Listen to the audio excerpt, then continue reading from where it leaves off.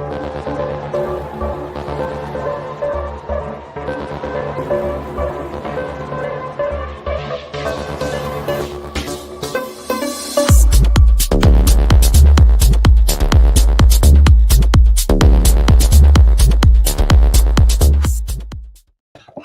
and good afternoon. This is Enzo Aita from HyperGuest, and good afternoon, everyone. Good morning, good evening. I know that you are connecting from different angle of the world. It's been quite long. I was not live on LinkedIn. I'm happy to go back again before the summer starts, and today we have a very unique session. There is a big lineup of great speakers, all C-level, from great enterprise, great company, and the conversation is going to be all about AI in travel. So before I start to introduce all the guest speaker, I would like to make a little quick reading, just to warm up the conversation, to give you more context, about what we are going to discuss today. And actually, this is an article I was writing today. It might be something interesting to read and understand. Feel free to, reshare it on LinkedIn if you catch this article. So it's about, search is changing and how so should we, okay? So not long ago, getting found online was all about showing up on Google, but things are shifting fast. Today, more than half of Google searches end without a single click. Can you believe it? People aren't browsing anymore. They are getting answered right away, often without even leaving the page. That's not just a fun fact, it's a major signal. Why? Because travelers are changing how they plan, search, and book. And AI is at the center of this concept. So let's look at this interesting stats. So key stats on AI versus search in travel and hospitality. So you can see here, traffic threshold, Google risk zone, is about 40%. Google searches ending with no click, this is unbelievable, really, 58%. Perplexity is the number of monthly users is growing, is 22 million. And ChatGPT weekly users reach up to 500 million. This is very big number. So if you work in hospitality or travel tech, this shift matter, right? So it's not about understanding or how to, embrace this innovation or not. So because if your hotel or your brand still depend on classic organic traffic from search engine, you might start seeing this big drop.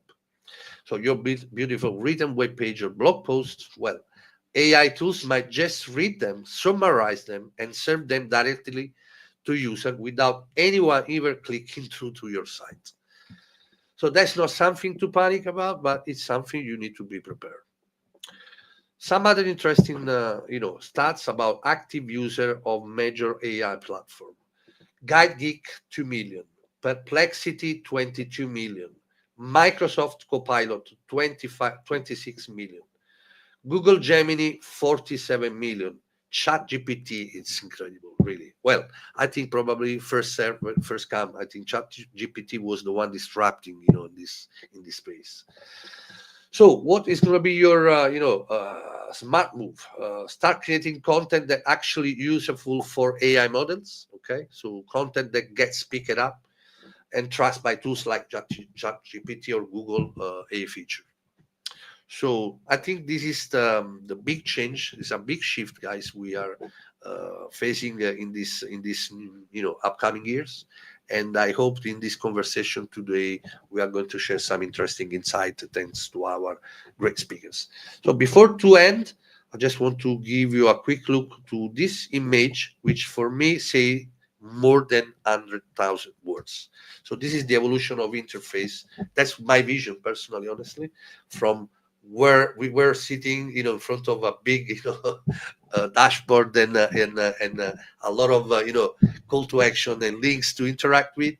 Now and the future is going to be really fully conversational.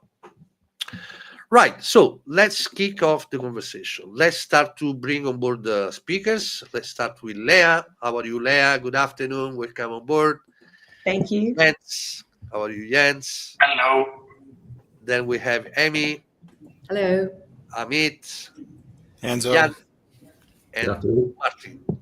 All right. So, guys, I want to make something very quick with you, and but I prefer you take the words and make a little, quick introduction. Let's start with you, Leah.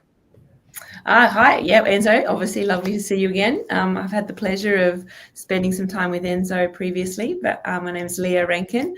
I'm Chief Product Officer at SiteMinder. Very excited to be here and talk about all things AI.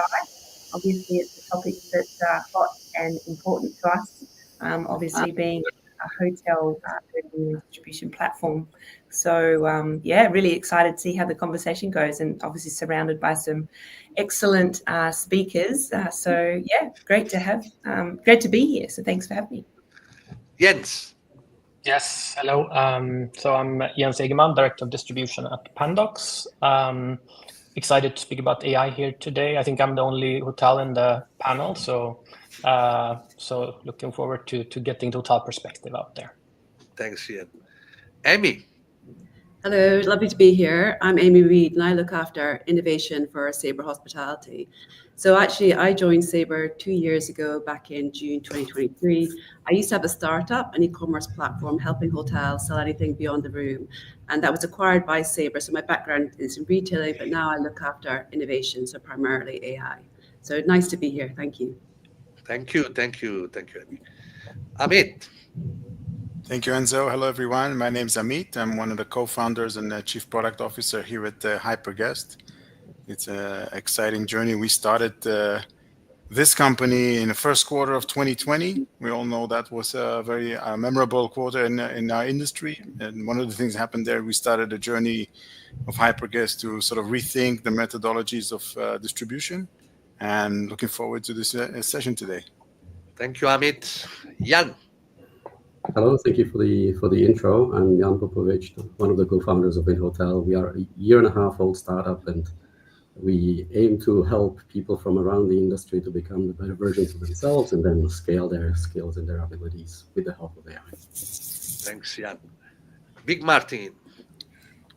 Thank you. Thanks for having me. I'm a fractional CMO of hotel tech companies. I've worked with Enzo in the past in a hotel marketing company. I previously was a hotel GM, and now I work with major hotel brands as a fractional CMO. Major hotel tech brands as a fractional CMO. And I have a newsletter at Substack. Thanks, Martin. Thanks. All right. So we all here. All right. So let's start with the first question. Actually, taking the introduction about the search way is changing and the way users are planning, booking and do differently from what we were used to be. So the first question, and this is going to be directed to you, Amy. Considering that the hospitality market globally, is very fragmented, and we have from independent hotels to global chain, from Airbnb to all-inclusive resort. So how do we help hotels show up in the result when at the moment is being dominated by OTA? So where should the hospitality industry start the AI journey? Yeah, and look, I think when I saw your LinkedIn post earlier today, this is a very topical trend.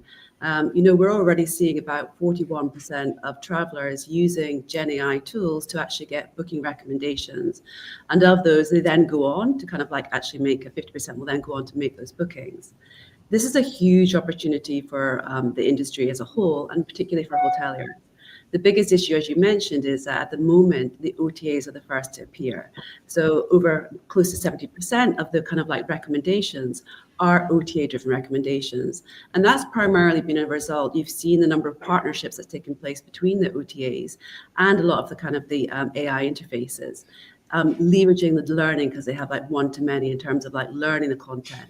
That's kind of like one of the reasons why they're showing up. So what do we have to do and what do we have to think about differently is we almost have to do what SEO did for search for AI. So almost like an AI optimization is how do we help the hoteliers get their content, and bearing in mind, they have a lot more content, a lot more value to add, get those contents readable by these AI interfaces. So it's going to be looking at kind of like structuring the content, adding value to the content, but also making sure it's readable. So there's, making sure the APIs are MCP, kind of like, which is a Google framework that came in to make sure your APIs are readable by these AI interfaces. So it is really, it's a huge opportunity for hoteliers, and it's something that we really have to work through about AI distribution and help the hotels. And as I said before, it's data first, right? That's the most important thing, getting the foundations right to enable this future. Right. So, Martin, I know you have a lot of experience in digital marketing. So, what's your take on this? I mean, how do you see this evolution, and what do you suggest to hotels right now if they have to redesign, rebuild, restructure the entire communication? What will be the journey? I mean, I think it's hard to give a real good answer because I don't think everybody really knows yet. So it's really the exploration phase. We need to try things. I saw the question here from Anish. How do we make our content ChatGPT friendly, which is pretty much on topic. We don't actually know 100% yet. We need to try things out. One idea I was discussing with several people during high tech was, what if we would create an XML file or a CSV file of all our rates for the next 90 days per room type and date and availability, and put it on the website and make sure that the bots from ChatGPT, OpenAI, and the other bots scrape it. Would that improve our ability to be visible? Because now the bots would know which dates are available. Those are some ideas. We need to, and what we do know is that people are, like, in the past, these search engines acted like filters where we would say, okay, we're looking for somebody who speaks about a hotel in London that is near Covent Garden, for example. And now people are asking or are actually putting in questions. So we need to answer questions. So the content in our sites needs to be more focused on answering specific questions. But all of this is theory until it's been tested. So yeah, a lot of people are working on various projects to change the content on the website, to figure out how to put the content in a way that it's going to be more appropriate for that. But is that really going to be the answer? We'll see. We'll only see with time. Will uploading all your rates be a hack, a solution, a short-term solution to get your rates and availability into the various AI bots? They all have different systems. Perplexity or Anthropic created MCP, but then OpenAI doesn't really want to use that model, and so on and so forth. There are certain platforms today which will build an MCP, which is basically like an API between AI bots and the content, and it kind of translates the content to be more ready for AI. There are platforms that will convert your content to that already now, and you can start working on it and putting in more of it and so forth. But not all the platforms are using the same standard. So that's another issue, is which standard is OpenAI going to use? They are by far the leading system. Which standard is someone else going to use, etc. So we need to try things out. I think we need to change the mindset that we're no longer just feeding a lot of keywords so that they can be included in a filter. We need to give answers to questions that people are likely going to ask. Yeah, well, you have your background from Google, and I was just reading these comments from Adam. How do you view the importance of website review widget when it comes to AI search optimization? Hotels have the capability to show their own review score on their site rather than relying on OTA review. I mean, those elements are key metrics or key elements to consider in this new website concept? I think, and so if you allow me, I would probably bridge the previous conversation with this question, because I think that there is a fundamental shift that's in front of us, which is from passively providing information and hoping that somebody will grab it and use it, to actively participating in those conversations, right? We're talking about AI basically enabling us to step into the era of conversational interfaces. And I think that's really fundamental, because hotels currently, I think, or traditionally have not been doing a great job in making themselves available for a conversation. Right? The website is there, it's static.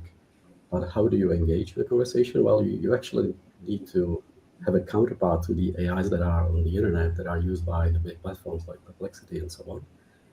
How do you engage with them? Well, you need to have an agent as well. You actually need to be able to talk to them in real time, exchange information in real time. Instead of anticipating questions, you need to be prepared for any questions that may come your way, and then you need to be prepared to answer them. So I think this is kind of very important for hoteliers to realize that this is the big shift that's coming. They will need to be proactive going forward. They will need to be able to provide interfaces to the rest of the world, be approachable, and the protocols. Yes, as Martin was mentioning, there is a bit of a mess. There is an evolving. There are evolving standards like MCP, like A2A, and so on. A number of others. We will eventually settle down, but this fundamental change is coming, and that applies also to the question that you asked about reviews and OTAs and how that comes together. I think again, reviews today are something that is posted somewhere on a third-party platform, and hotels are trying to do as much as they can to influence those reviews. But wouldn't it be so much better if there would be an active dialogue about those reviews? Where there could be a real-time conversation between the traveler themselves, the hotelier, and the platform itself. And I think that we will see more and more of development going in that direction of actually real-time conversations. I see. Now, this is so go ahead, Ami. Yeah, I was going to say, I think it's a really interesting point in terms of kind of like looking at those reviews. So I've always, when you're trying to book a hotel, you go to kind of like the reviews, and majority of people obviously who submit reviews are obviously kind of like negative reviews, or they've had a bad experience. And actually, I was just booking a holiday trip for my daughter for her graduation trip, right? So I wanted to try and find somewhere fun, something kind of like engaging for her. The reality was, I want to find the reviews of people like her. I want those reviews almost personalized. I want the content that's segmented to what I need. And where I think the biggest opportunity here with kind of like the AI as well, a lot of these luxury hotels, they don't want to put on their website details that they're, pet friendly. They don't want to kind of like tailor all the content to every audience. But what you can do with these AI interfaces is be able to channel, if you kind of like work through your content strategy of making sure that you get the right content in front of the guests that really need it and matter. So you don't have to broadcast to all. You're really kind of like almost like tailoring like a one-to-one kind of communication. And there's a huge opportunity in that in terms of AI optimization. Right, but at the end, it's well, something is static contents, of course, to recommend, and give, direction in the way people see the product and understand. But at the end, what about price and availability? This is changing also. Let's see, Leah and Amit, what is your take on this, Leah? Yeah, well, I totally agree with Amy and Martin and Jan so far, in the sense that it's ultimately about the data and it's about the content. I think what we're finding is it's even about how that is structured. So, unlike times of past where you're really positioning your content in a way that is obviously readable and understandable by a human, now it's about thinking about taking that and putting it in sort of snippets and bite-sized form that can be read by a bot and by an agent, but also then thinking about all the pieces of that from different sources, different types of information that can actually all come together to help with that conversation that we were just talking about. Because ultimately it's not just a one-way question answer. It is a conversation, and that's where it's going, and that's why it's really exciting. And when it comes to rooms and rates, obviously that's part of it. When you're looking at looking for the right profile of a hotel, looking for a specific relevant experience for you, for your daughter, as Amy's touched on, obviously then thinking about price, thinking about the types of rooms, that's all part of the same puzzle that needs to be pulled together. So yeah, it's a really interesting time. I definitely agree we don't know all the answers, and trialing and testing and just, you know, trying out different ways is definitely what we're doing at the moment, looking at different ways we can do that, with different ways of structuring our data, our content, to see what gets us the best results. So yeah, it's really interesting. I'll be interested to see what you're seeing, Amit. So yeah, you know, if we need any extra reason to be focused on this, let's think what happened in the meta search space. Yeah. So I think in about 2020, Google became dominant. Are they what, 80%? But before that, there were a number of meta searches out there. And why did they become dominant? The moment they had a good enough product, they are the hub of the user journey. So if you have a good enough project, but you're positioned at the starting point of the travel user journey, you're going to make a big impact on the industry. And I think that position that Google had with search, going back to Enzo's article, is exactly the shift now, that so many people are now starting their research no longer with search, because it's just, they can't be bothered. It's so much easier and getting better and better to do the research through models. And there, okay, so I think the right way to look at it, at least on the consumer side, because there's a whole aspect of how AI is helping the revenue manager and hotel manager. I'm sure we'll get to that. But for the consumer, we have to consider the different stages in the buying funnel. I think it's interesting that right now the models are not focused on price as the Google experience and the meta search experience, where really all hotels just become a number. It's almost commoditized, and here you do have a chance to differentiate.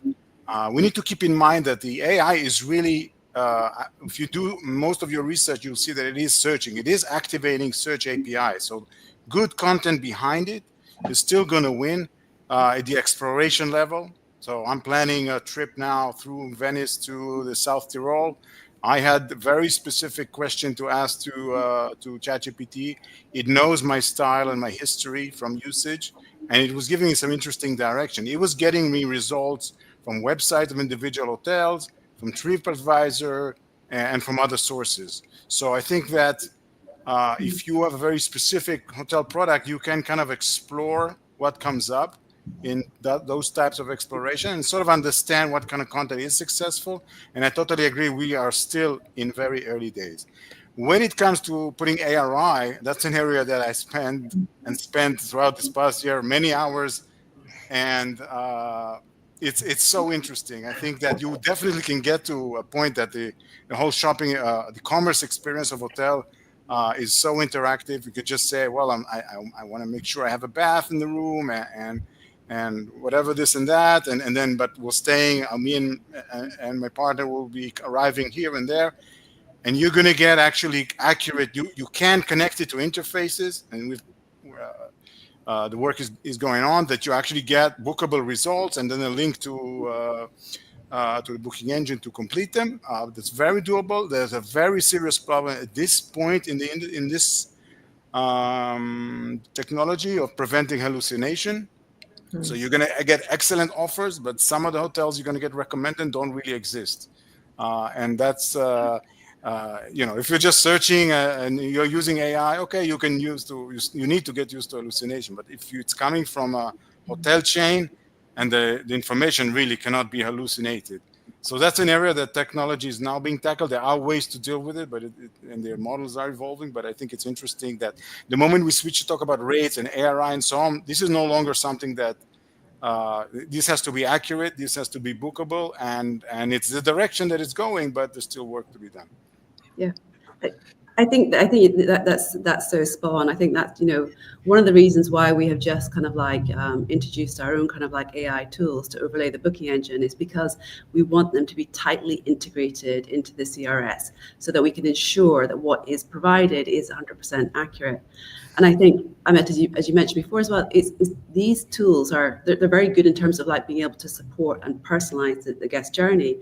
But what we're also finding is it's probably the first time that hotels understand how their guests are interacting with brand.com. They're kind of realizing what are the questions that they're asking for. And I know that we're talking about going forward is about, data driving kind of like the AI innovation. When you know what the gaps are, you can then start to fill and populate your data strategy. So all of these tools are just helping us and guiding us along the way to get to that ultimate goal of what we really want, which is hyper-personalization, which we're not able to solve for today. Right. I have an interesting comments from the audience, and this is led me to the second question, starting with you, Jens. So let's read this. Do you agree, disagree with the fact that AI may actually overload and collapse our somewhat fragile technology ecosystem, as we have quite a lot of systems that need to align and interconnect in order for distribution and sales to work out? So the question actually was, how can AI enhance the customer booking experience without adding friction? I'd like to have your opinion as hotelier, Jens. I think that like hotel companies are not really known, right, to be like the change management, from leaders, right? Like we're kind of known to be a little bit slow when it comes to adopting new innovation and new technology.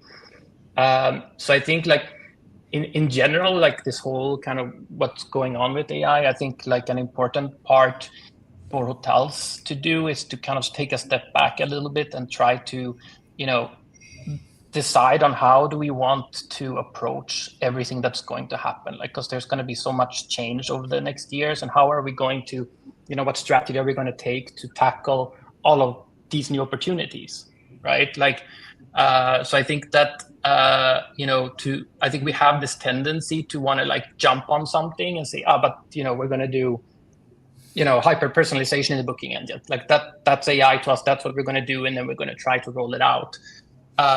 I think like more like a more healthy approach, and I think probably what tech companies are doing more is kind of a start at the bottom, right? Like to see, okay, where are the issues, like where are current bottlenecks that we can fix, and like what is the technology that's coming, that can support to solve this problem. So I think like that type of thinking in general, and I like I said, I don't think that's the natural way of how we usually do things, right? Like we're not kind of used to having this kind of constant change within our industry. But I think the ones that will succeed and the ones that will be the winners will be the one that have it, and they will have this kind of constant improvement type of strategy in place. Cool, I got it. So let's take some other angle. Maybe Martin. I mean, you had this experience as a hotelier. Now you're in the travel tech. Now let's assume you tomorrow open a new hotel. From where you start? I mean, always with this perspective of offering a no friction journey, internal and external. How would you, put in place this hotel with the new concept of technology and organization? I'm curious. I think, I was speaking to a hotelier IT person in a hotel group of several hundred hotels very recently, asking that did a lot of automation and AI work where they began. And, the obvious thing is, how do we make a great journey? Actually, he said that's the wrong way to start. The way to start is to start with the easiest things you can automate and replace with AI. And they're not at all related to the journey. They will be credit card, matching credit cards with the statements. Will be financial reconciliations, or moving reservations that are currently being done manually, because that still happens, into a system. Like it's very basic things that aren't even near the guest journey, and that's where he would recommend to start from his experience. And the first thing he says is find people who are. And I was writing about that today, is find people who are into technology, who like the concept of technology, because you will fail. There will be hurdles, you will have problems. And if you're in with somebody, as Jens was saying, we're not known to be the innovators and the early adopters. So find some of those younger people who are ready, or no matter the age, but who are really interested in doing this, and start with really easy tasks, get some wins, and then grow from there. I don't know how much there's going to be. And personally, I don't think there will be a huge shift at hotel level because of AI. I don't think there's not a lot we can do. There's not that many things we can do in hotels that can be replaced by AI, which aren't done better by humans. but it's above property where I think there will be a lot of But are you talking more? Are you referring more on the front office or back office? Well, both, right? Other than things like reconciliations and so on, housekeeping, yeah, you can optimize a lot of housekeeping as elements, but you're not going to replace people cleaning the rooms anytime soon. Even robotic vacuum cleaners are slower than people. They're just not more practical, and bed sheets don't even, forget about them. So I agree. Right? And the front desk, is there any advantage in being greeted by a robot? No, absolutely not, right? So we'd rather be greeted by somebody. So there's not a lot in an actual hotel that you can replace with a computer. Yes, you can have self-check-in. I think that there's on the operational side of things, I think the really key thing is to identify which of these touch points that you have still adds value when the human is involved, right? Because some of them really probably aren't. And if I would start my own hotel, from that perspective, I would say, okay, what are the things where my target for this new hotel, my target market, which touch point will they value? Where a human will be involved, which ones will they not? Maybe they, check in, check out, they will not. Ordering room service, they will not. But maybe the sommelier in the restaurant, they really, want to have a human instead of a robot. So kind of finding, I think, those areas. I think there's some. But there are other things because I had a project I was working on, which was regarding more on the commercial function, which was regarding automating email requests for leisure groups and things like that. There are a lot of these little admin tasks which are happening in the hotel, which is, like Martin said, not necessarily operations, but the support function, which is super tedious. It's not really complex, but it still involves, hundreds of emails coming in different formats, requires checking availability, checking the forecast, potentially consulting the revenue manager and things like that. If that can be structured in a way that's huge time savings, I think for those type of roles. Yes. I think you've hit the nail on the head. I think, we're seeing in the industry about 20% of bookings are actually coming through email inquiries. So the front desk, instead of spending time, creating kind of those meaningful or magical moments, they're in the back office actually processing a lot of these emails. Again, the same thing is in terms of processing virtual credit cards. They're doing it manually. This is where I believe that AI can really, really help. And using the AI tools to kind of to read and interpret those emails, you can either fully automate them, certain inquiries, but also just to assist and free up the staff's time. So I think it's a really it's a key area, a crucial area for the hotels. Yeah, I totally agree. I think I say to our team all the time that actually the real value is going to be that AI will allow humans to do what humans do best. Right. And one of the examples that we have is with our support team. If you call into a support and you've got a problem, in days of past, it would take you quite a long time to trawl through different systems, look in Salesforce, look in your other systems to understand who that customer is, what their history might be. Now we've got an ability for all of that information to be, aggregated really quickly and distilled real time as they've almost answered the phone, so they can have a much more relevant, much more empathetic, much more meaningful conversation with the customer. And you spend more time actually, relating to the customer, delivering a great customer experience, rather than kind of doing all that laborious task. So I definitely think there's a lot that can really add value. I mean, we're in the hospitality industry, right? So this allows us to be more hospitable, and that's where there's a lot to unlock for sure. Yeah, and I think in general, we hear the layoffs happening in the industry now in the recent days from different companies. In the end of the day, here's a technology that's coming out now. It's not necessarily new, but what's going on is a huge opportunity for the industry to provide more value, right? And I think the message of also for us within hotels is that this is for us to be able not only to provide more value to guests, but also for staff to be able to do the tasks that are engaging and fun. No one likes to type out a form. So like the idea to take the opportunity in general as, we use this, revolution in a way to enhance the lives of guests and our workers. And it's not about, replacing anyone. I think that is probably a decision companies need to take, right? And I think it's important that communication also is clear then throughout the organization what you want to do with this. Because if that's kind of missing that part of like why you're doing what you're doing, I think it could be, that could be a risk. Yeah. To your point, Jens. Oh, Okay. sorry. No, go ahead, Jan.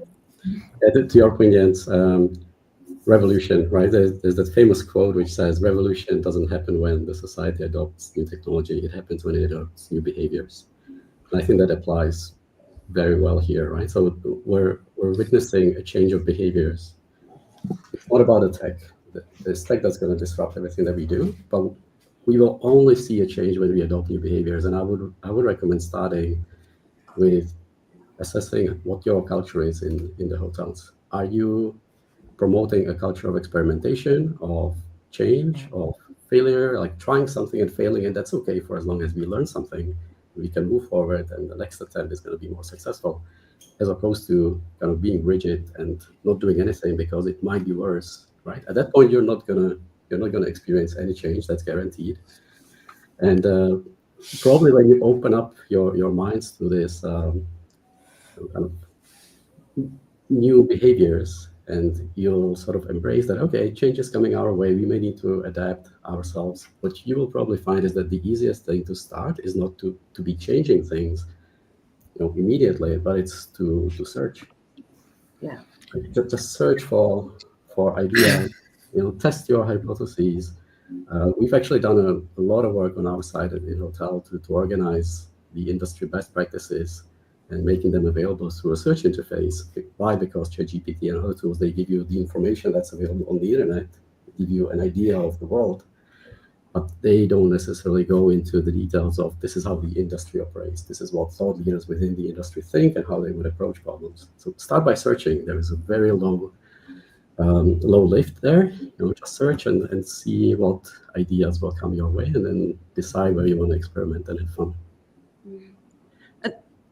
I think you're right. It's changing behaviors, and I think AI has actually changed guest behavior as well. It's almost everybody wants instant gratification. There's always assumption that guests are going to go to your booking, to your site, and they're going to spend hours scrolling to find the information that they want.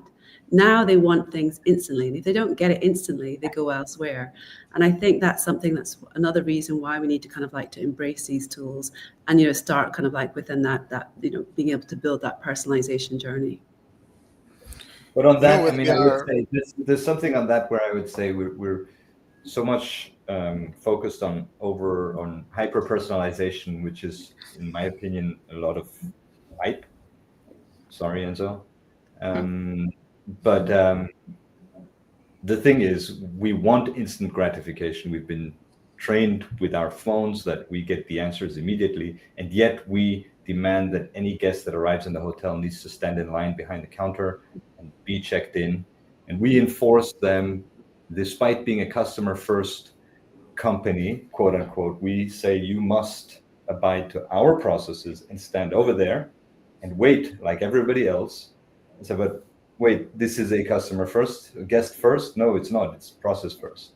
Mm-hmm. So, before we even talk about AI, we need to fix those problems where, that was some of the things I saw at High Tech, which I found interesting, where everyone is going, well, not everyone, where some tech is building the totally Apple Store experience where everything is mobile. There is no more front desk other than a concierge, and all the everything is on iPad, and you're checked in by somebody who's coming with you on iPad where you are, sitting down where you are, bringing you to the room, and then takes you to the restaurant. Well, everything, the staff are mobile, the guests are where they want to be.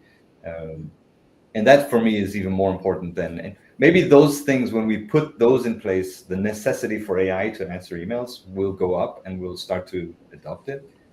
But we can personalize all we want. The minute we have somebody go stand in line, we've kind of killed the promise, and it all comes crashing down. So there are certain priorities, which is let's put put our guests before our processes in a way that still works, obviously, because they still need to pay. And sorry, I did add that one as well. But the way I see, I think hyper-personalization is very important. I think it is going to be something that we are going to embrace. We're not ready for it now. And the reason being is, I view, like, with the rise of agentic AI, the need going forward for decentralized identity, the need to give guests back more control of their data. I kind of view this world that at some point everybody's going to have almost like a seamless travel companion. And that is going to be utilizing autonomous agents who are going to be making recommendations on behalf of the guests, actually being able to then make those bookings and then to amend their itinerary as they go. That is the future where I kind of view us going to, and that's true hyper-personalization. And then the guest has more control of the data. And I think when we look at technology and when we look at things that we want to build, as a hotelier, there's no one I'd rather share my data with. And the reason being is because I'm sharing my data with you because you're going to offer me a much more personal and memorable experience. You're going to make sure I have that champagne in the room. You're going to make sure my room temperature is the right temperature. I believe that's where we're going to, and it's going to be much more of a linear phased approach to get there. But I don't think that future is that far off. I agree with that, and I would also add that the same level of personalization that we're thinking about with regards to the guests applies also to the people within the industry. Yeah. There's absolutely no reason why our SOPs should be rigid, and why our processes should be set in stone and the same for everybody. They could be hyper-personalized as well, because if we have the end goal in mind, which is a collection of different objectives to serve the customer, to generate profits for the hotel, to improve well-being for staff, all of those can be combined, and the agents have the capability to optimize for them in real time. So I think we will see the hyper-personalization and then personal agents everywhere, not only guest-facing, but also within the properties. And I would encourage people to play with them because they are available already. Yeah. Well, even across hotels or across different properties, right? Because you can now be able to profile hotels and be able to say, well, not dissimilar to the very old school now traditional Amazon model of knowing what someone's searching for and knowing what type of, you might like this book, so therefore people like you might like something similar. You can also now do that across the hotel space and help hotels operate in a more effective way, help hotels do things in a more seamless way, attract the right guests, be able to connect to channels they may not have thought about before, be able to set up their content in a way that they haven't thought about before. So there's all of this that's coming now to the forefront, because we're able to, not only look at things like ML, which is by no means kind of new AI technology, but bringing that with some of the agentic AI and tying all of that together. And that's hugely exciting. And the opportunities that kind of unfolds, not just for the hotel and how they operate, but obviously for the guest and how they're searching and booking and looking for hotels as well. So it's a pretty exciting spot. Guys, we have to ask ourselves which time horizon we are thinking about, in today's conversation. Because on the one hand, you don't want to get hyperbolic, you want to get pragmatic. So we want to understand what can be done right after this call 2025. But then we also, at the same time, as professionals, want to see where the puck is moving. And I think something like robotic housekeeping will never happen. I think there's no reason to think it will never happen. I think we saw in Austin the launch of a second robotic taxi last week. Company, hugely successful. There's nothing technologically that's not solvable by, just to pick one example, and then so the technology will solve it, and then the adoption will have to drive the cost down to the level that it actually makes more sense to do it. But you can totally going to be able to arrange the bed. I'm sure my kids will be happy at some point to hear about it. Maybe they shouldn't be, but that's, I believe, solvable problem. And then we have to say, okay, which horizon do we want to consider evolution of revenue management or sales in the short term, or where this is going longer term? So in the short term, I think one thing we discussed AI is already today very good at is sorting out apples to apple versus apples to bicycles, and that we have a lot in our industry. So we have all sorts of mapping that take place.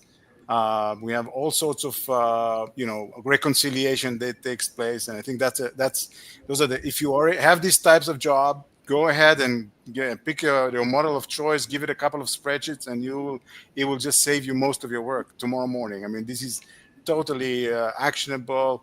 We're using it in our price comparison tool, where you are getting now different hotel room here and there, when you need to classify them into the same. So nothing does it better, this kind of classification. So this is definitely the kind of areas to look for opportunity. We talked about the user journey and all that content as it evolves from just general information into actual ARI. So that, I think, is going to move faster. It is, in fact, I think we're going to be launching very soon with others as well. This is something that, if you talk about that one for the moment, from booking engine, we did have, I think, a first generation of trying to put natural language processing into booking engines. I don't think that made a dent on the industry. And the difference is, it's not just that the people need is to write a text instead of configure, but it's really that they have a consumer behavior, and they have a journey point that they are now doing it in their model of choice. So you need to bring the information there to them. So that's one area that you have to say, okay, how do I do that? How do I actually not just solve for them when I get them into my own website, which is all the hard work, but how do I get my product into the world of AI? And that, I think you can consider that short to mid-term as well. And we can talk about how that can help with analyzing booking performance and finding opportunities for revenue management decisions, analyzing the trends. We've done joint work with chains of uploading a bulk of booking history, search trends, and correlating that and seeing, okay, there's opportunities to build a certain promotion strategy or things of that nature. So you can say, okay, which guest nationality is producing the highest IDR in this particular season, and what do they seem to be searching for, and so on. So that's kind of thing that you can get much better answers. So I think for as far as the revenue management team, sales team tomorrow morning, the way to think about it is this AI is just another assistant in your team that you can just throw questions at it, the most difficult question you can think of. You have to really, and you can throw data at it right today already. You have to be selective about what you do with the input, but you will be, I think, surprised about the kind of insights that you can get with the models as they are today.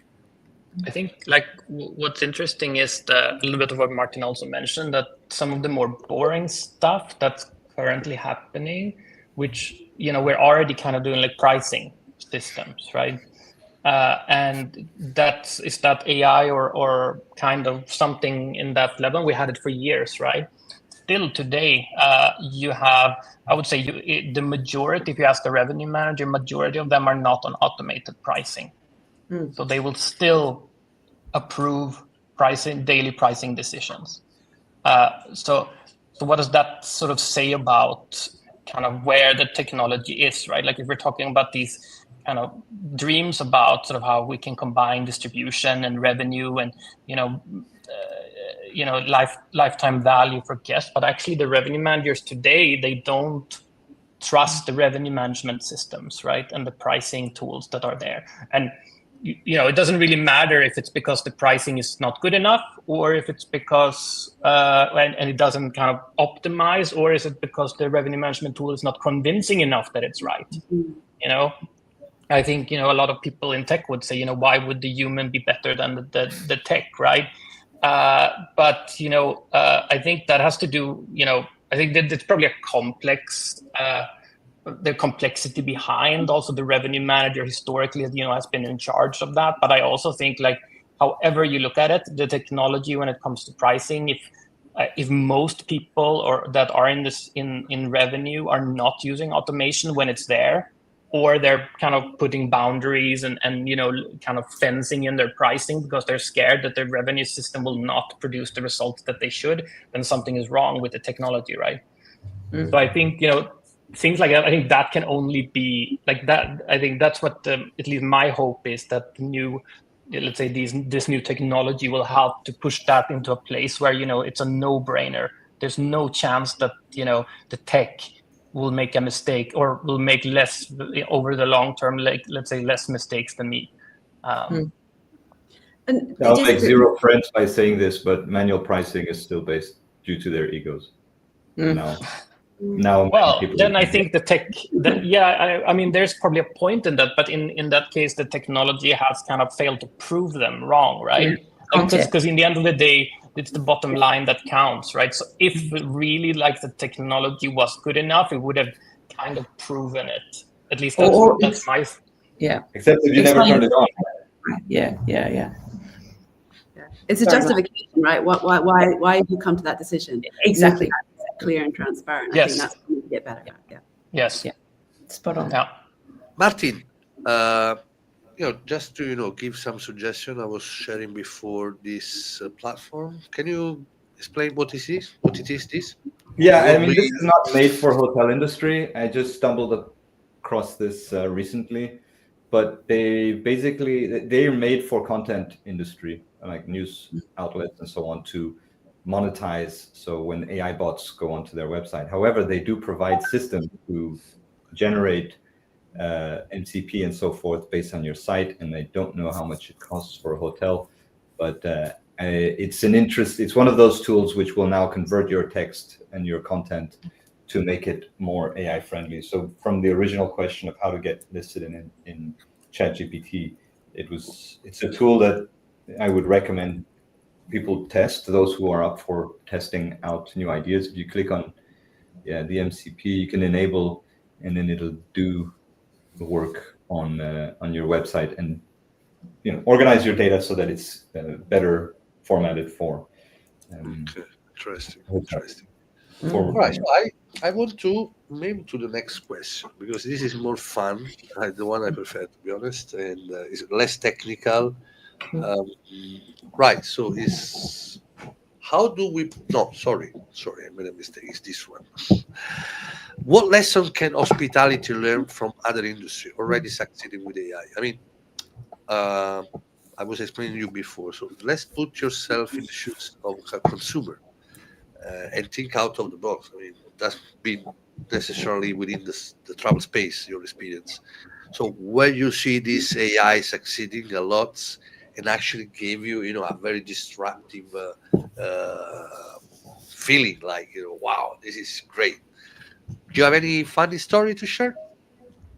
I got to share a quick story because, again, Sure, this is my daughter's grad trip, right? It's one thing I said to her, please don't get burned. So what did she do? She's come back completely burned.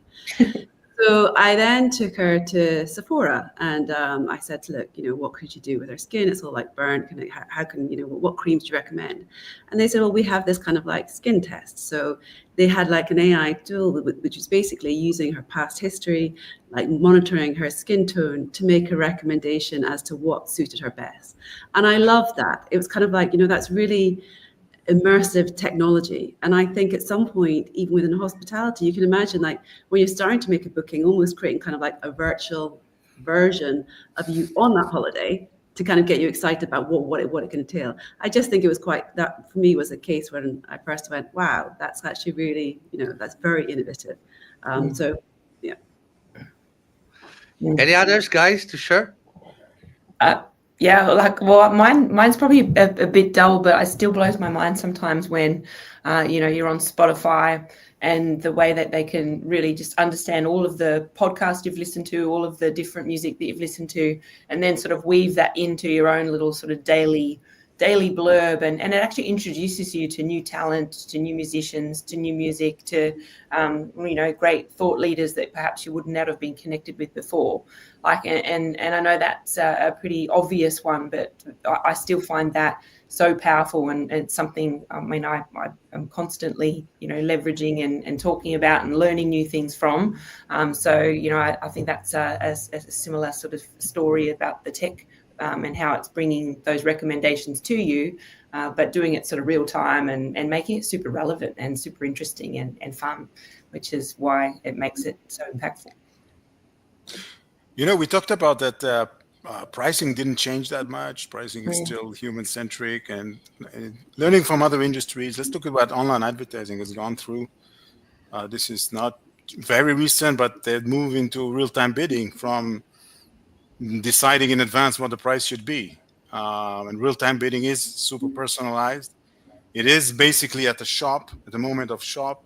It is attribute driven, and I love that Martin mentioned attribute selling. I'd love to know what we are seeing behind that one. But this is an area that I think it's worked very, very well for online advertising. It's totally traditionally this was an industry where salespeople would just negotiate media space buying based on pricing. So this is like so now we are in our industry. Okay, we're kind of tweaking the price through trends through automation system, but to actually move the decision of pricing to the moment of shop with the attributes of the shop, that's something that's very close to our heart. But I wonder if we are seeing that already happening in different areas, and how people here think that's going to evolve. I'll share my experience, guys. That this was a very worst. And for people who knows me, I'm Italian from Naples, and I've seen this bloody pizza. Let me start this video. I can't believe it. They're trying to make a full automation pizza producer, and this is something I cannot believe. Pizza was something born in Naples from my side, so we have the best pizza in the world. So I cannot believe those people are coming in the industry trying to automatize the way they produce pizza. No, that's bad. That's a worst experience I had, right? And you can find some of those shops in the airport actually now, and there is no employers, zero. So you go to the display, choose your pizza you like. You can make also some, modification, pay, done, and the robot is producing the pizza for you. That's the worst one anyway. So I just want to share this funny one, and I don't know if you have any other story to share, guys. I think the pricing in the ads industry is a perfect analogy. Funnily, we haven't gotten there yet. There are a couple of fully automated pricing, but no one dares to turn it on. Very, very rarely. And I understand. I understand the issue. It is difficult to just close your eyes and go. Especially that we have something that other industries or not every industry has, which is limited availability. And if we don't sell, we won't sell it tomorrow. E-commerce. My e-commerce experience, you have more leeway because you can catch up tomorrow. If you've kind of put the price too high, you want to catch up the sales the next day, you can. In retail, you can't do that in hotels. So there is that risk factor, which is a lot higher, which is kind of similar, but the ads industry has a similar issue, right? You're not going to get the clicks you didn't get yesterday. You're not going to get them tomorrow.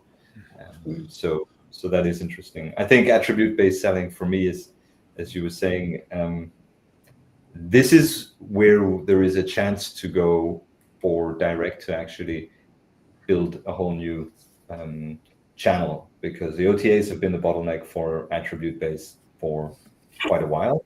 Some booking engines or PMSs have built it in, but there is the middleware does not accept it, so it doesn't get to the and OTAs don't accept it, but AI is going to need it. And if you want to say I want to book a room that has a bathtub and a sea view, you need to have ARI on every attribute to be able to do that.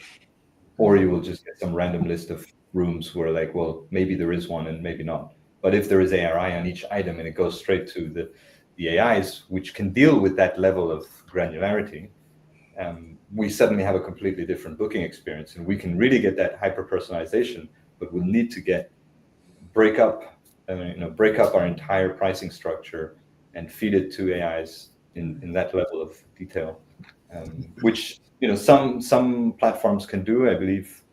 Not going to drop names here for fear of competition. Sorry to interrupt you, Amy, because Amy need to leave. She has an important meetings. Maybe she want to say the last word before to leave. Amy? No, thank you so much. This was a great group of industry specialists. So I want to say thank you. I'm delighted to be here. And I just want to say, I think, it's an exciting journey. I believe there's a lot to come. It's going to really transform the industry. But I think we're going to just start to kind of like roll it out in very much, as we mentioned, a phased approach with that end goal in mind. And I think, yeah, I'm delighted to be a part of this journey and this discussion. So thank you for having me. Thank you. I really appreciate it, and I hope to have you on board for another session from September. We love that. Thank Have a you. great Thank summer. you. Thank you. Right. So let's move to the next one question, which is more, how do we balance AI innovation with the need for human touch in hospitality? Because at the end, this is the concern, from hoteliers, losing the job. I mean, I heard your point, Martin, before. You don't think it's going to be a big impact. To be honest, I agree in part. I disagree in some other. I think where we will see a lot of change here is in the back office. Totally, my vision is to see that you will be able to get more fast and accurate reporting, trend information reports at any type of tools you are using to optimize distribution, revenue, and so on, from AI and conversational platform. Then the current team you need to have behind the back office. I think one person, two person will be able to handle everything once. Of course, we will have the possibility to, to step an important issue in the industry, which is integration between platforms. But once we have, passed that, big challenge, I think you will see a big impact on the booking side of the organization more than the front office. Anyway, so let's take your point. Maybe Jens, as hotel, you can give some, perspective on that. Yeah, I think I think we agree on that I think the commercial aspect of things had loads of opportunity.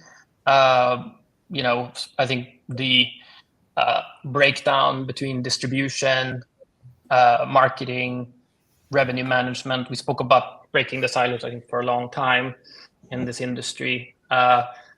But it should come now. There shouldn't be a reason why we shouldn't be able to combine, our revenue management, let's say our live forecast, shouldn't be available also for the, the performance marketing team, and the cost side of things. Maybe the distribution is looking at, so that everybody kind of has one consolidated place. I think that's exciting, and to see like how we can start, moving more as one.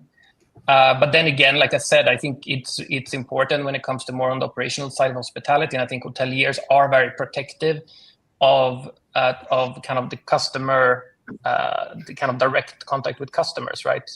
So I think there are certain parts, I think, of the journey which will remain personal, and I think that also makes sense. That's kind of the core, I think, of hospitality. I think the challenge for hotels is to find out which are those. Like, which are your touch points that you want to keep and that adds value to your customers, and which ones don't? Yeah, I definitely, certainly from our perspective, the way we're approaching it is that, AI innovation should be all about making sure that you can keep that human touch and that human element. It should, that's definitely a focus for us, because we know how important it is that, our customers get that human touch, and we know how much our customers love it. And so again, we've already mentioned taking away some of those laborious tasks so that humans can actually focus on more complex or more human-led experiences. I think is really key, and that's happening now, real time. That's stuff we can do today. Even things like being able to have a chat bot that can answer questions real time without having to go into a queue or wait. And obviously then only feed through queries that can't necessarily be answered by that chatbot. Things like this that are now happening very much today, that mean that when the customer not only is getting a better experience, which means that they're feeling better and getting a better outcome, but also the people behind it, like the people that are working in the industry, the people that are working in the hotel, working, even in our business, they're actually having a better experience. I think we already touched on that. They're not doing the boring work anymore. They can actually do the work that they all kind of came into this industry to do, which was to create great guest experiences. And I think that's a pretty cool spot to be. Got you. Well, I think the bar is going to go up for what it means to be a human touch, to give a human touch. Yeah. Right? And because just to say something nice, which is great today, is going to become minimum, right? Any machine is going to be friendly, even to some extent personalized. And so, people love it when you get in a hotel and somebody does even a small thing extra, that's a human touch. So I think what is it that we got to remember as we say human touch, the reason that we're talking about generative AI revolution is because it's so human-like. And it's so consistently human. It does personalize. It remembers things about me. All the things I would love from a human touch, some of it is actually there. And then generational wise, okay, so for us and the generation after us, whatever, we need someone flesh and blood to be considered human. But the younger generation is going to come that are like, we have digital native kids. Now we'll have AI native kids.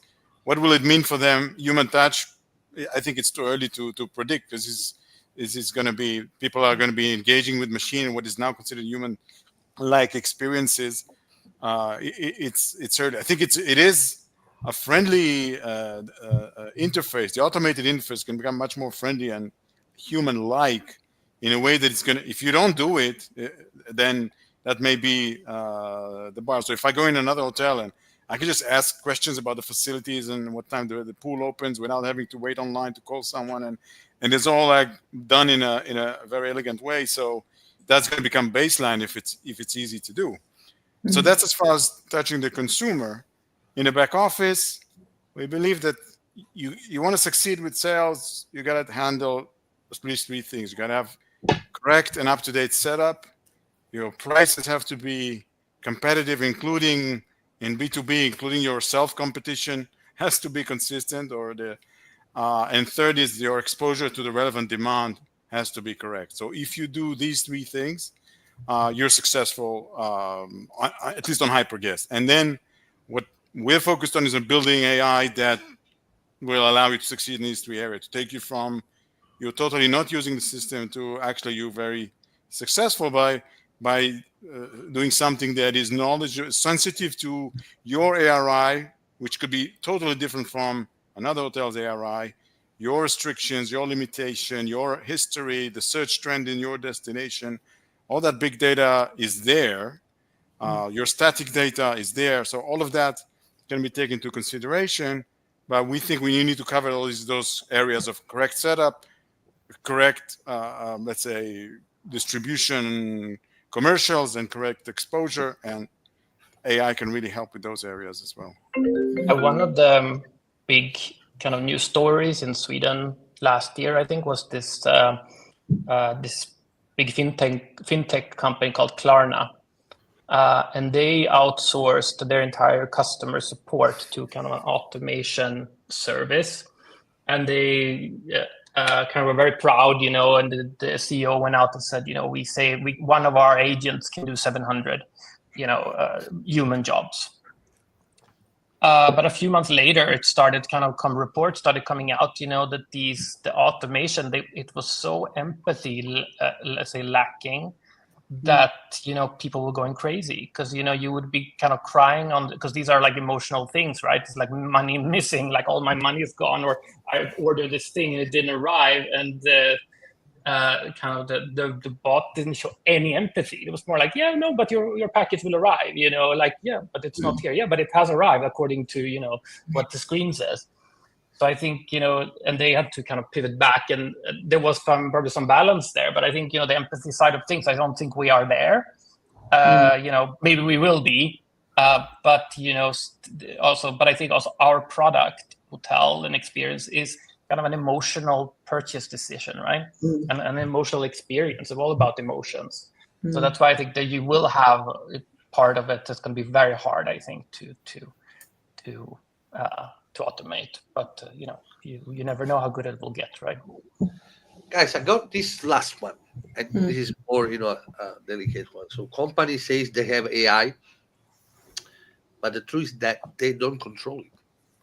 It's a bit like having a child who grows up, but you can't tell what to do, what not to do. So he watch us, listen us, learn from us. And they do better than us. So what are the ethical, privacy and security consideration in AI, guys? So I mean, you are all representing big enterprise here, and I don't know what is your action on that point. Well, I think like one of the first meetings, right, that you if you haven't had them, that needs to be had in the organization is that what to not do with AI, right?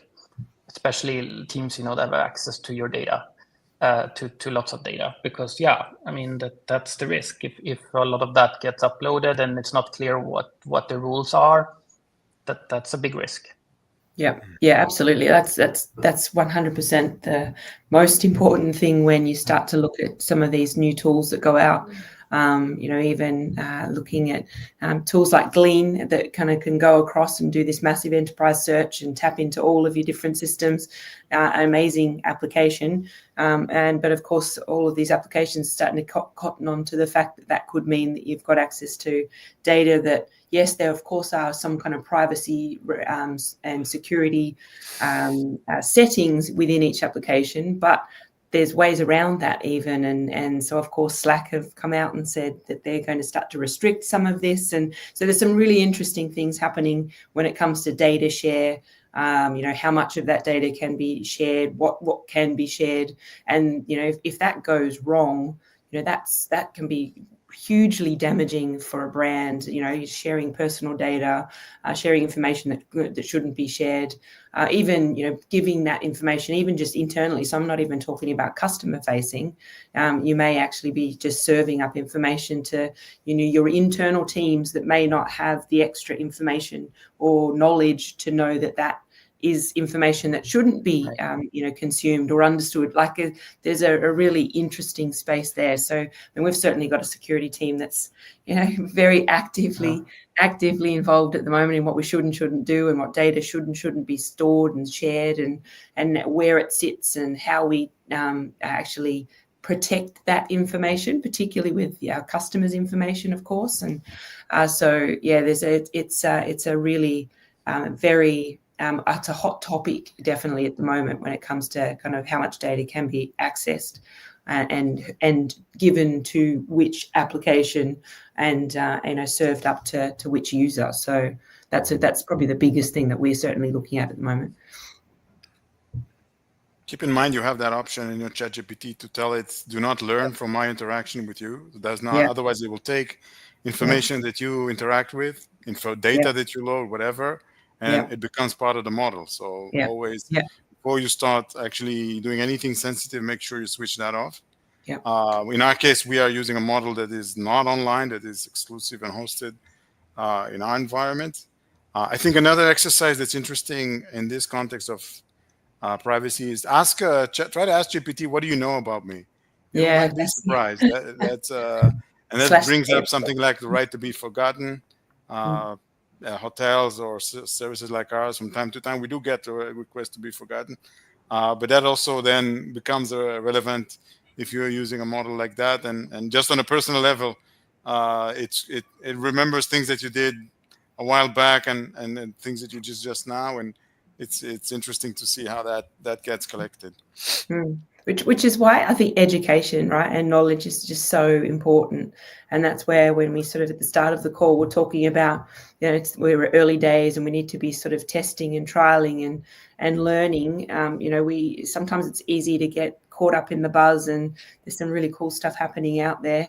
But if you run too fast and dive in too deep without knowing what you're really doing, then it can be quite dangerous. So I think education is absolutely key. Learning, understanding. I think that you have to have that kind of framework or structure within your own business, I believe, to really kind of understand the landscape. I think the flip side to that is that, Go on. the flip side to that is that if you do nothing, Oh, yeah. your employees will use the consumer versions of ChatGPT and other tools, 100%. and they will train those public models with your data. Yep. So I think sitting on the sidelines and doing nothing is absolutely the worst strategy that hotels can take. So even if you're scared, it doesn't mean that you should get deterred completely. And we need to take action. I mean, I totally agree. That was one thing I was speaking at some conference, and it's like, do something. Don't do nothing. Do something, but err on the side of caution. If whatever data you're inputting in there, clearly that is an issue. You're not going to upload your customer database. You're not going to, all these things, you better think 20 times before you upload a lot of data. But don't do nothing. Definitely don't do nothing. By the time you have figured out what to do, the tech has already evolved so much. So true. All right, guys, we are getting to the end. I want just to share a couple of quotes, and that's my personal quotes. That was something I wrote in, I think 1 year ago, more than 1 year ago. I just want to pop up here on the screen. Art, culture, music. Are we spending too much time transferring this magic knowledge to AI while ignoring the fact that humans should spend more time creating new magic? Okay, so I think this is something I always think about this. I'm a very geek on technology and evolution, but sometimes it's too much. It's like, okay, we should, it seems like we are turbocharging AI and forgetting the key basic, how we can become better people, right? So I think this is something we should keep us reflecting and combining, this my point of view on the ethic part of the AI. And I want to give you, a quick round to all of you guys, if you want to say the last words and close this session, which was great, really. We had a great interaction, actually, from the audience, considering we are in the full summertime. So, Leah. No, look, I think this has been a great conversation. I think the only thing I would add is, I'd really just echo the sentiment that we just need to all dive in, but dive in with some caution, with some guardrails, but really think about, I think, you've got to find that balance between thinking about the real opportunity for the future, but also think about what you can do now. It can be really easy to get caught up in all the really exciting stuff that is coming, and it's coming fast. And quite literally every day, models are changing, new tools are becoming available, there's upgrades, and it's insane how quickly this is moving. But that shouldn't be daunting, that should be exciting.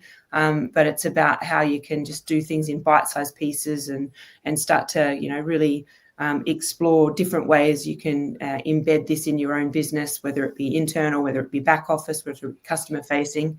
But just get started, get moving. But obviously, think about, I guess the caution is important because, for all the reasons that we've discussed, but it's an evolving space that we need to all help evolve and help learn and be part of that journey. So I think it's an exciting time.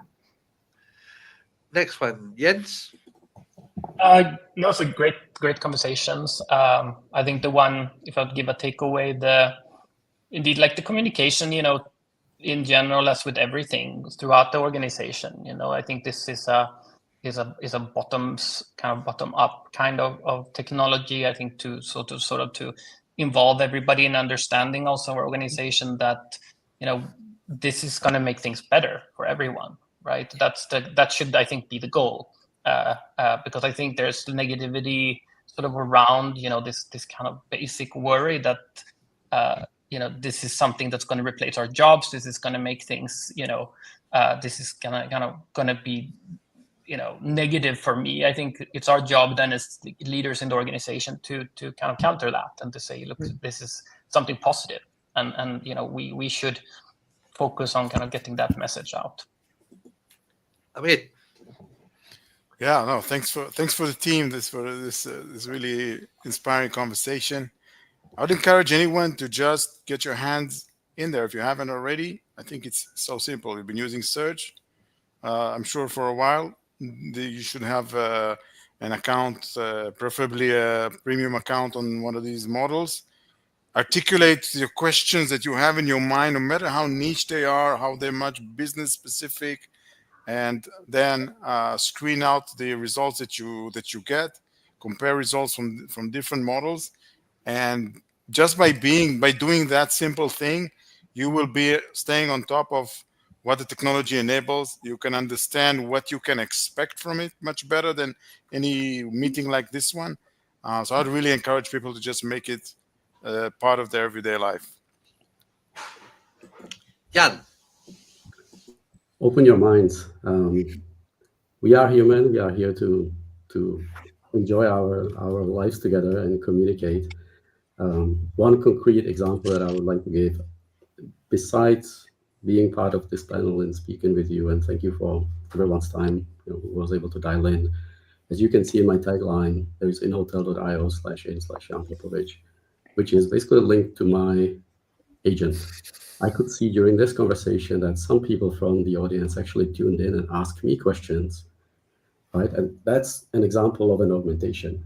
At the same time, my bot was participating, and I didn't check that, was able to participate in business workflows, right? So through my knowledge, through my preferred sort of approaches, I'm actually able now to clone myself and to augment myself, which doesn't mean that I wouldn't be engaging in human-to-human conversations. It's just an augmentation. So please think of various different ways how you can augment yourselves. AI is not here to replace us. It is here to help us be better humans. Martin. So do some AI work every day. If you're not sure what you can work with, use the website, use press releases, use stuff that you know is public in case you're uncertain. If you're in a big company and data protection is an issue, or data security is a major issue, use all the public information you can, but use it every single day. I mean, I think a lot of the fear that we have on AI is that in the last 30 years, every Hollywood movie about AI was negative. So, we have been educated that this is a threat.